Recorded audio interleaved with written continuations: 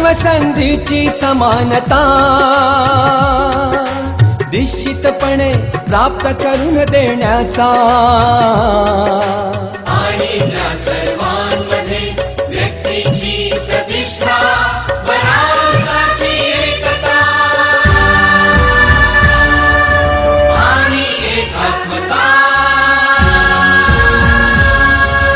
यांचे आश्वासन देणारी बंधुता प्रवर्धित करण्याचा संकल्पपूर्वक निर्धार करून